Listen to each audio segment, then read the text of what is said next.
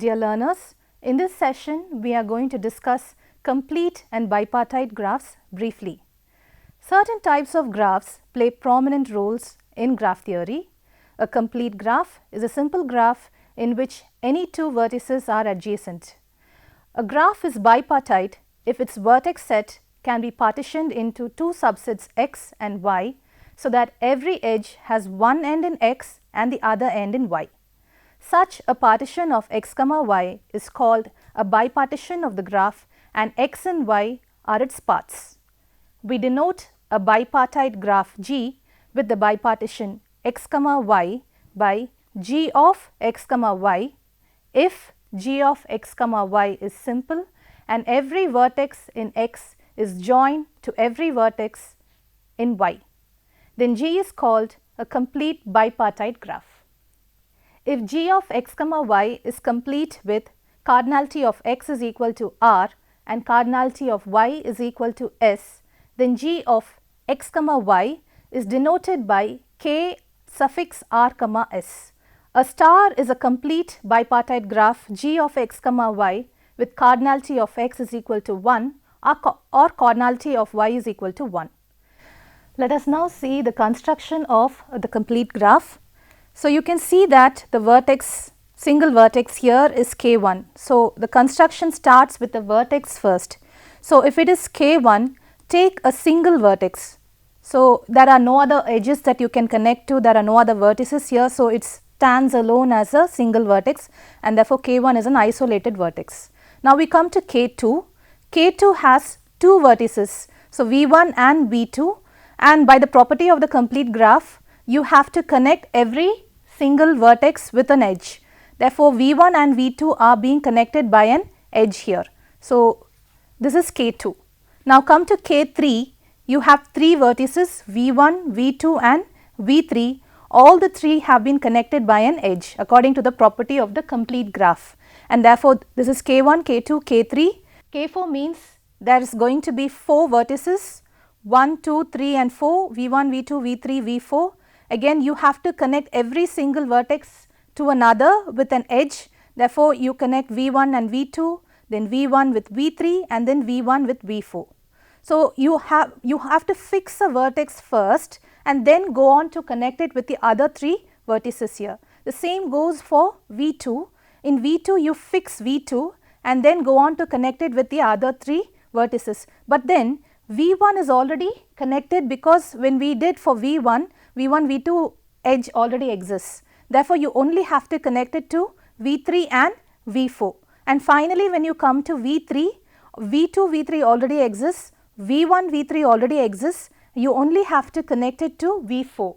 Therefore, only one connection here, and so this is how you get k4. You can see very well that all the vertices have been connected to all the other vertices by means of edges.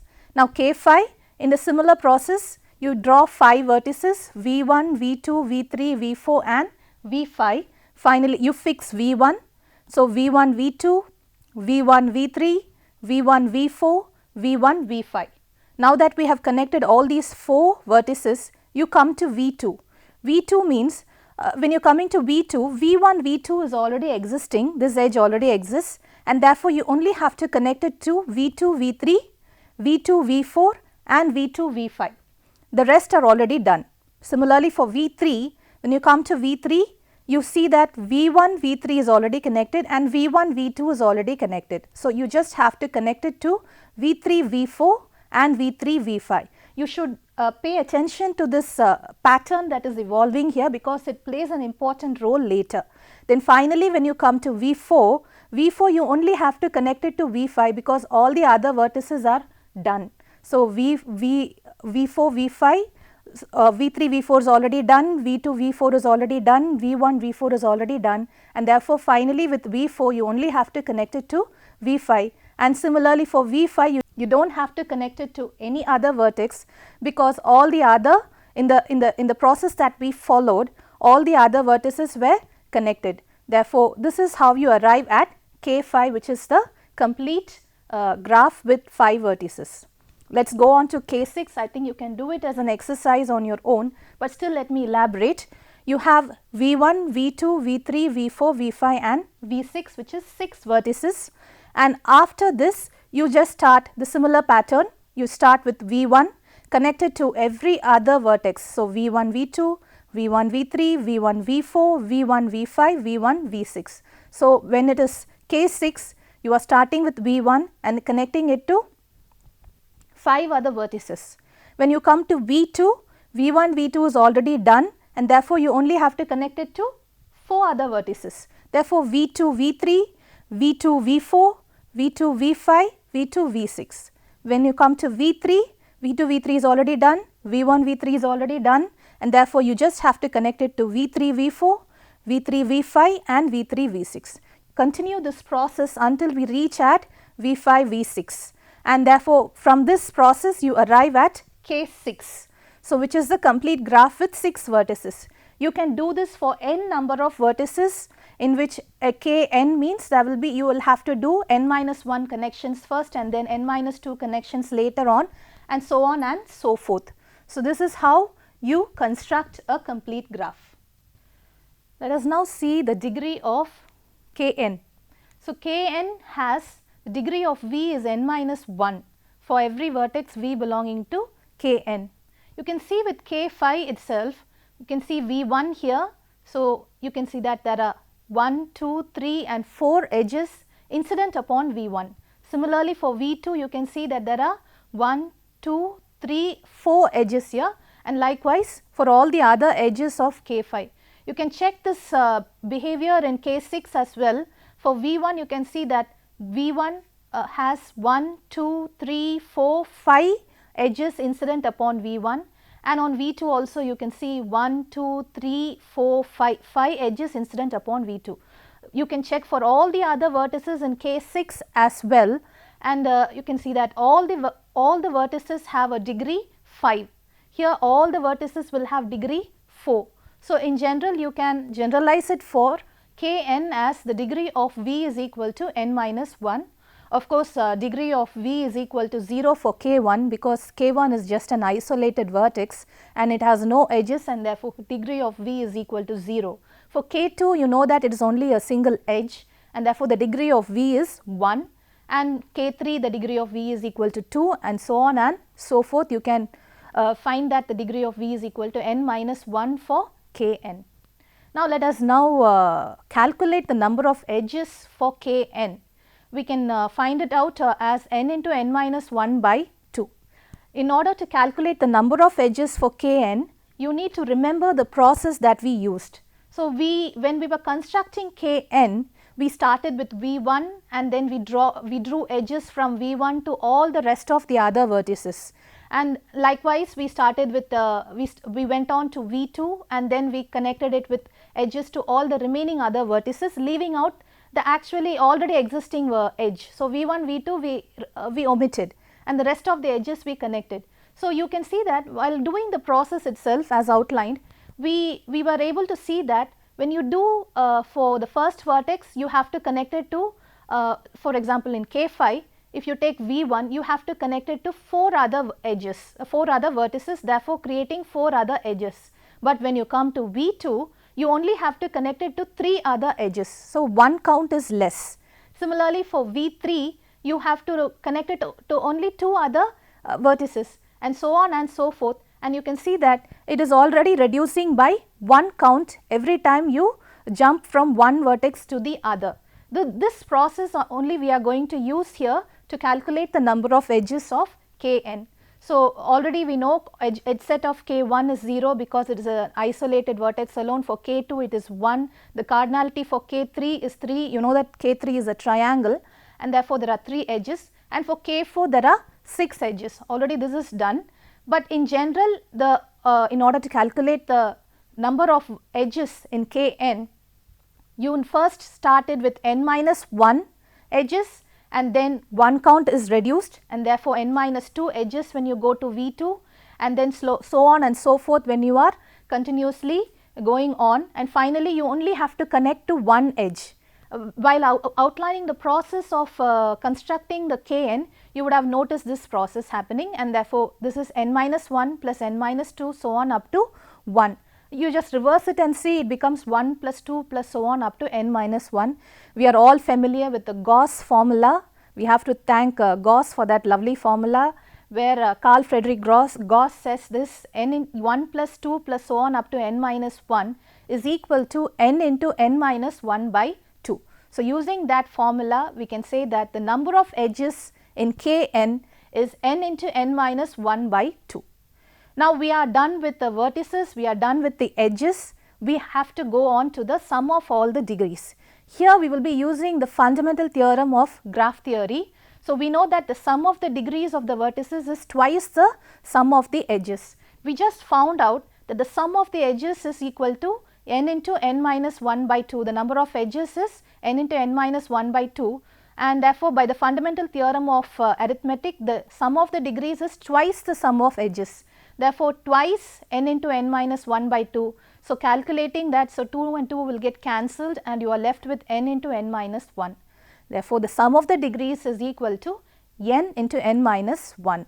So, with this we have completed the properties of the complete graph. We shall now see the definition of a bipartite graph and then a complete bipartite graph. A bipartite graph is a special kind of graph with the following properties. It consists of two sets of vertices x and y. The vertices of set x join only with the vertices of the set y. The vertices within the same set do not join.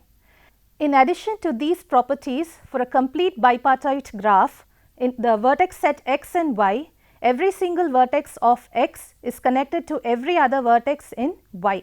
So, that is the one additional property in addition to bipartite set properties. Now, we shall see some examples of bipartite graphs. V1 and V2. So, you can see that this is actually K2, we saw this in the previous section. K2 is nothing but two vertices connected by an edge, and K1 comma 1 is also picturized as K2, because you can see this is vertex set x and this is vertex set y. So, V1 belongs to x and V2 belongs to y, and they are connected by an edge. So, this can be said that this is also K1 comma 1. Similarly, for K1 comma 2, there is one element, one vertex in the set x, and there are two elements in the set y, which is why we are connecting every vertex from V1 to U1 and then from V1 to U2. So, every vertex in x is connected to every other vertex in y. So, K1 comma 2 is actually V1 U1 V1 U2, and likewise for any n number of vertices also you can do. This is x and this is y, and therefore, this is all complete bipartite graphs, because every vertex in x has been connected to every vertex in y, and therefore, V1 is here and this is connected to every vertex in y. So, U1, U2 so on up to Un, all these vertices are connected to V1, and therefore, these are the two partitions of the vertex sets. So, x and y. And this can be done for n number of elements as well. Now, we look at this graph. This graph is very interesting because although it is a bipartite graph, although it might not seem that way, by simply reconstructing the graph in a way that these certain elements belong to set x and certain elements belong to set y, you are able to see that it forms a bipartite graph. Now, this graph V1, I take V1, V3, V6 and V8. So, these four elements I put them in x, and then V2, V4, V5 and V7, the remaining elements I put them in set y, and now I draw the same connections that are existing here in this set also, in this graph also. So, V1 to V2 there is an edge, therefore, I am drawing that here also, and then from V1 to V4 there is an edge, you can see V1 to V4 is existing, therefore, V1 to V4 is connected. V1 to V5 is connected, you can see this here, the same edge I am placing it here also. Then from V1 to V2, V1 to V4, V1 to V5. So, all these three edges are also existing in this graph also, in this graph. Therefore, V1 to V2 you can see that there is an edge, V1 to V4 you can see that there is an edge, and then V1 to V5 you can see an edge. Therefore, these three edges are represented here. Similarly, from V3, the second vertex in this set x is V3. From V3 you can see that it is connected to V4. So, this is the edge here, therefore, I am drawing an edge from V3 to V4 here. From V3 to V7 it is you can connect because V3 to V7 edge exists here. So, V3 to V7 and finally, V2 V3 is also connected. Look at this edge V2 V3. So, represented here also. So, V2 V3. So, these three edges are represented. Likewise, I see every edge in every vertex in V6 and then connected to the corresponding edges as seen in this graph. Once this graph has been reconstructed in this manner, it clearly becomes a bipartite graph. Although it is not complete bipartite, it is still a bipartite graph, and therefore, we should not simply jump to conclusions when you see a graph and say that no, it is not bipartite. You should be able to reconstruct them so that you get a bipartite graph. Now, you look at C4. Similarly, C4 is a very simple graph. This is a cycle with 4 vertices and therefore, this is C4. When you look at it at the first instance, it might seem like it is not a bipartite graph, but just reconstruct it in this manner. So, you put V1 and V3 on one side, V2 and V4 on the other side. So, these two vertices belong to the set X and these two vertices belong to the set Y. Now, the same edges, so V1 and V2 draw here, V1 and V4 is connected. So, V1 to V4 you draw the edge here, then here from V3 is connected to V2 and V4. So, V3 here also it is connected from V2 to V2 and V4.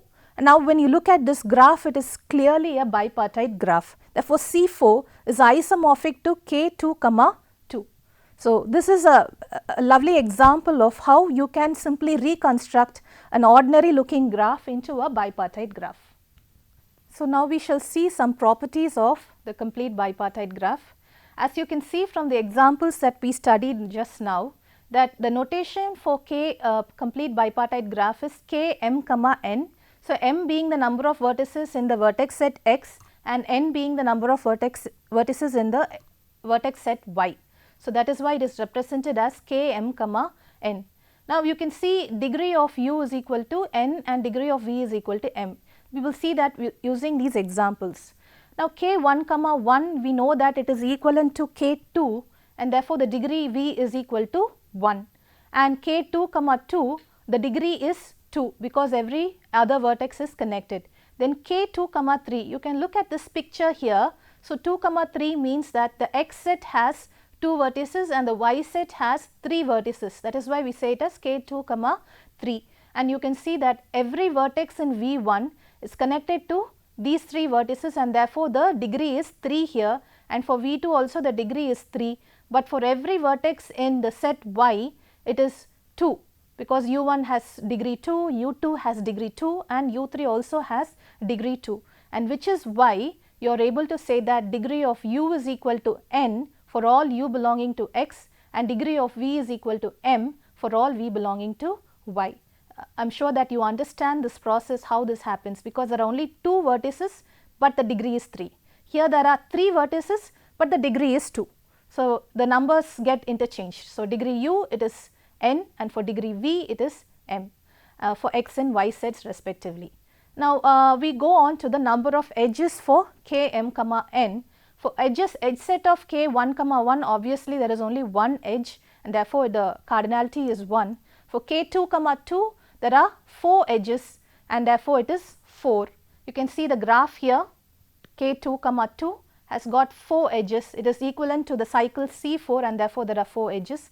K 3 comma 2 is again similar to k 2 comma 3, there are clearly 6 edges because this vertex has 3 edges, this vertex has 3 edges. So, together there are 6 edges. So, cardinality of k of 3 comma 2 k 3 comma 2 is equal to 6. Now, edge set of k 4 comma 4 has 16 edges. Likewise, if you can picturize k 4 comma 4, again you have 16 edges. From this pattern, you are able to find that k m comma n is equal to the product of these two numbers. So, m if the number of elements in X set X is m and the set Y is n, you just find the product of those two numbers and that is where you get the total number of edges m n. Obviously, this is quite obvious because we are connecting this to every other edge, every other vertices. So, in any complete bipartite graph, if the set X is having a certain number of vertices, it is being connected to every other edge.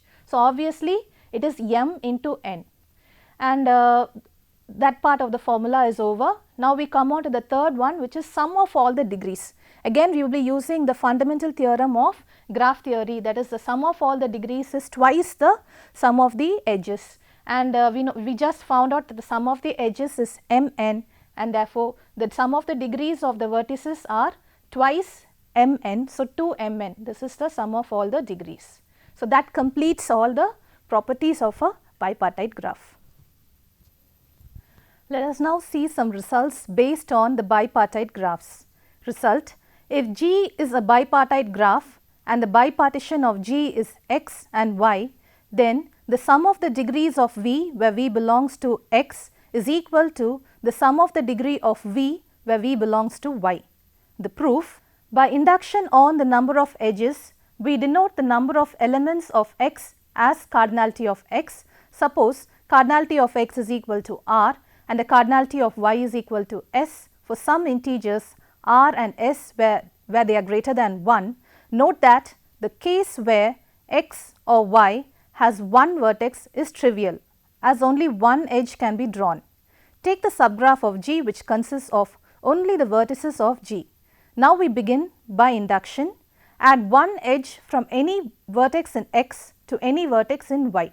Then the sum of the degrees of the vertices belonging to x is equal to the sum of the degree of the vertices belonging to y, and this is equal to 1. Now, suppose that this is true for n minus 1 edges, and let us add one more edge. Since this edge adds exactly 1 to both these sums, sum of the degrees of the vertices belonging to x and the sum of the degrees of the vertices belonging to y, we have that this is true for all n belonging to n by the induction process. The next theorem states that a non-trivial graph G is a bipartite graph if and only if G contains no odd cycles.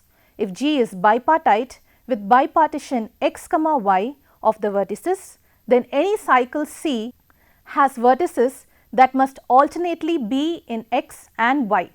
Thus, since a cycle is closed, C must have an even number of vertices and hence is an even cycle. First, we prove the result in the case where G is connected. Assume that G has no odd cycle. Let U be a vertex belonging to the vertex set of G, and let this be an arbitrary vertex. Partition all the other vertices based on the parity of the distance, even or odd, from U. Note that if no UV path exists, we say that d of u comma v is equal to infinity, which means there is no path, and which is why we call it as infinity. The distance is infinity, or sometimes it is said to be undefined. That is, let x be equal to the set of all vertices belonging to G such that the distance between u and v is even, and let y be the set of all vertices belonging to the vertex set of G such that the distance between u and v is odd. Clearly, x intersection y is empty, and therefore, x union y will yield the vertex set of G, which is all the vertices of G, because G is connected. We claim that x comma y is a bipartition of G. Suppose not, then there exists an edge incident to both vertices of x or an edge incident to two vertices of y. Without loss of generality, assume the former. Let x1 comma x2 belong to x and x1 difference x2.